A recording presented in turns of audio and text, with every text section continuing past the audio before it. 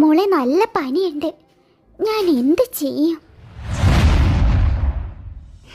അമ്മ, ഞങ്ങൾ പോയി ഗൗരിക്ക് മരുന്ന് മേടിച്ചിട്ട് വരാം. അമ്മ, ഞാനും ചേട്ടായും പോയി മരുന്ന് മേടിച്ചിട്ട് വരാം അമ്മേ. ഒത്തിരി ദൂരമൊന്നുമില്ല, പക്ഷേ വളഞ്ഞും തിരിഞ്ഞുമൊക്കെ പോണം. നിങ്ങൾക്ക് വഴി തെറ്റും. ഇല്ല അമ്മേ, ഞങ്ങൾക്ക് വഴി തെറ്റത്തില്ല. അമ്മ വഴി പറഞ്ഞു തന്നാ മതി, ഞങ്ങൾ പോവാം അമ്മേ. ഷോ, പനി കുറയുന്നുമില്ല.